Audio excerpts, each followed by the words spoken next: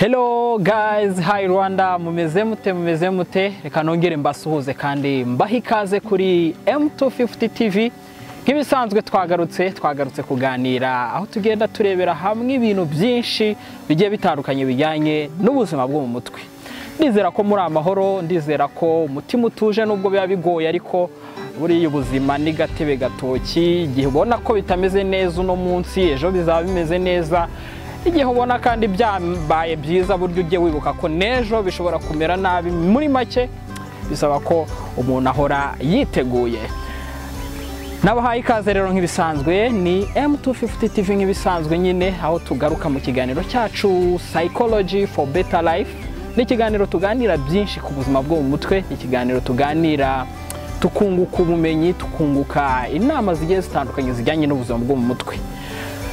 Nzanye iki rero no munsi, nzanye ikiganiro benshi bagenda bavuga bati kurwara mu mutwe n'ubusazi. Ese koko kurwara mu mutwe n'ubusazi? Ndagira ngo tubanze tubyumve kimwe, dusangire ubumenyi. Ni bya bintu bitanu n'ubundi iteka mpora nzana kugira ngo bidufashe gusobanukirwa utuntu tugiye dutandukanye ku ngingo runaka tuba turi kuganiraho.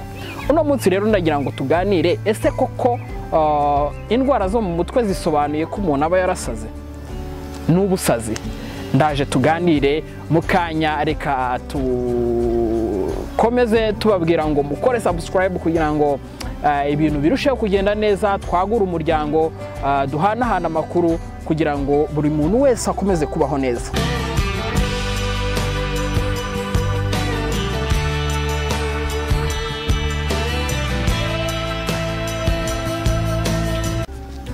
Ibintu bitanu rero ugomba kuzirikana bigufashe kumenya koko nimba indwara zo mu mutwe cyangwa se kugira ikibazo runaka cyo mu mutwe bisobanuye ubusazi. Ndagira ngo maze babwire ntago ari byo. Ntago indwara zo mu mutwe zose nkuko tujya tubivuga ngo kanaka yarwaye mu mutwe ngo ubwo yasaze negative.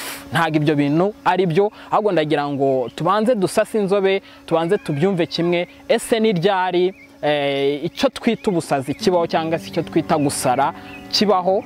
Ndaza gukoresha imvugo ziri mu ndimi z'amahanga, ariko ziraza kudufasha kumva neza ko ntago ari buri ndwara yo mu mutwe yitwa ubusazi cyangwa se igaragazwa na bya bimenyetso tubona ku bantu bari kwiruka ku musozi, ku bantu bari gutora amashashi nk'uko benshi bajya babivuga. Ntago biba bivuze ko ari ubusazi, ahubwo hari igihe ushobora kugira indwara runaka yo mu mutwe ntinagaragarira abantu, ariko wowe ukaba hari ibimenyetso bindi ugenda ugaragaza bikaba byasobanura ko ufite ikibazo runaka. Ikintu cya mbere rero ugomba kumenya cyagufasha kumenya ibyo ngibyo ni ukumenya inyito za nyazo zikoreshwa, kubera ko ipfunwa abantu bagira ryo kuba bashaka ubufasha cyangwa se ryo kuba bagana muganga wita ku buzima bwo mu mutwe riterwa n'izo mvugo nyine zigiye zitandukanye. Abantu tukavuga tuti nibambona nagiye kwa muganga baravuga bati uko biri kose baranyita umusazi, baravuga ko nasaze. Bitari byo. Bivuze ngo ikintu cya mbere ugomba kumenya ni imvugo za nyazo. Nuko nguko biba bimeze. Burya iyo ufite inyito runaka, iyo wamaze gusobanukirwa ese ibibazo runaka bitandukanye byo mu mutwe byitwa gute, iyi ndwara runaka yitwa gute, bigufasha kutajya mu ruziga rumwe cyangwa se mu gatebo kamwe na babandi bita buri ndwara yo mu mutwe ubusazi. Burya ntago indwara zose zo mu mutwe zirangwa na bya bindi tujya tuvuga nyine ngo kanaka ni umusazi, kanaka yirutse ku musozi, kanaka yatoye amashashi. Ndaza kubabwira ko burya iriya nayo ni indwara ukwayo, nubwo mu ndimi z'amahanga ititwa ubusazi. Ni indwara yitwa schizophrenia, ariko nanone ikagira ibimenyetso nyine biyigaragaza nk'uko umuntu nyine tumubona atari mu buzima busanzwe, atari kubona ibintu nk'uko abandi babibona, bigatuma tuvuga ko yasaze cyangwa se yataye ubwenge. Ariko burya hari izindi ndwara zitandukanye zo mu mutwe. Hari indwara y'agahinda gakabije, hari indwara y'ubwoba, hari indwara yo gutinya ibintu bigiye bitandukanye, hari indwara zishingiye ku mirire, zishingiye ku gusinzira. Ni nyinshi kandi zikitwa nyine indwara zo mu mutwe. Iyo rero wagiye kwa muganga ntago biba bivuze ko wasaze, ahubwo uba wagize ikibazo cyo mu mutwe. Ngiki kintu cya mbere ugomba kwitaho cyane, ukazirikana, ukamenya guha inyito ikibazo runaka cyo mu mutwe waba ufite. Hanyuma ikindi kintu cy'ingenzi cyane cya kabiri ngiye kubabwira ni ubumenyi nyine bujyanye n'ubuzima bwo mu mutwe. Ni ikintu cy'ingenzi cyane cyagufasha guhangana na rya pfunwe ushobora kugira ukumva utajya kwa muganga.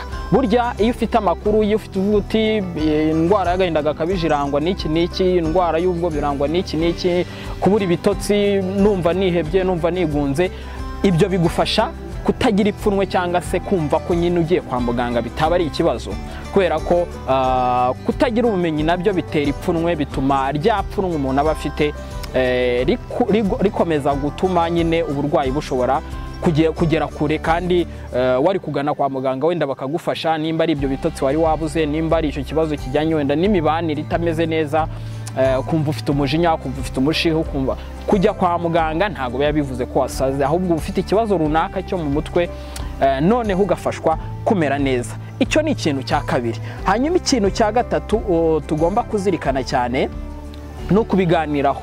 Abantu benshi nabwo bagira ubwoba bwo kuvuga ngo ndumva ntameze neza mu mutwe, akumva abantu bahita bamwita umusazi cyangwa se bahita bavuga bati nyamara byajaguye. Ibyo ntabwo ari byo. Kuganira n'abandi ukababwira ikibazo runaka ushobora kuba ufite gishingiye ku buzima bwo mu mutwe ntabwo ari ikibazo.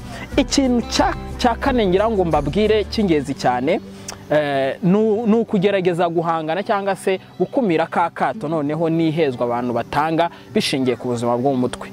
Kugira ikibazo cyo mu mutwe ntabwo ari ikibazo, ni kimwe n'uko n'ubundi gushaka ubufasha nta muntu ukwiye kubiguhora.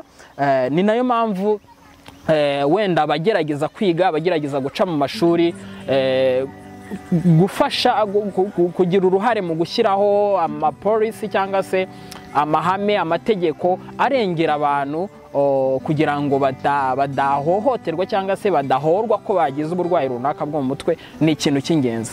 Icyo kintu rero cyo kurwanya ino discrimination cyangwa se iri hezwa rishingiye ko umuntu runaka ashobora kuba afite ikibazo, ni ikintu ushobora nawe gukora ukavuga uti ibi bintu ndabirwanya, kugira ngo in case hari umuntu wagize ikibazo, yaba umunyamuryango yaba inshuti, umuvuganire, ntibamuheze mu kazi, ntibamuheze mu mibanire ye n'abandi, ahubwo ubuzima bwe burusheho kugenda neza. Hanyuma rero ikintu ngiye gusorezaho ni ugushaka ubufasha, ndetse no gufasha wa muntu wagize ikibazo cyo mu mutwe. Nabibabwiye, kugira ikibazo cyo mu mutwe ntabwo ari ikibazo, ahubwo ikibazo ni ukudashaka ubufasha kugira ngo ibintu birusheho kugenda neza. Niyo mpamvu mpora mbabwira ngo ni ngombwa gushaka ubufasha igihe wumva bitameze neza. Nimba wumva ubabaye, wigunze, ufite ubwoba, uri kugira imimerere idasanzwe itandukanye n'uko wari umeze, ni ngombwa kwihutira gushaka ubufasha, ibintu bikarushaho kugenda neza cyane. Navuga byinshi, ariko ikiganiro Psychology for Better Life tugenda tubagezaho ibintu bigiye bitandukanye, tubagezaho ubumenyi bugiye butandukanye bujyanye n'ubuzima bwo mu mutwe, kugira ngo turusheho kugenda twunguka byinshi, tubeho neza.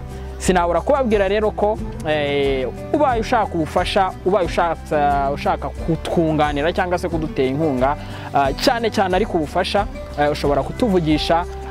Ikintu cya mbere rero ni ugushaka ubufasha. Ikintu cya mbere ni ukuganira n'inzobere zikagufasha kumera neza cyangwa se kuva ahantu habi ushobora kuba wari uri, ukaba wamera neza, ibintu bikarushaho kugenda neza. Psychology for Better Life nakagaruka, reka mbifurize kugira ubuzima bwiza. Kora subscribe kugira ngo tujye tubana mu biganiro byacu, kandi udusangize n'abandi, sangiza inshuti, abanyamuryango, ubundi ubuzima burusheho kugenda neza cyane. Ciao.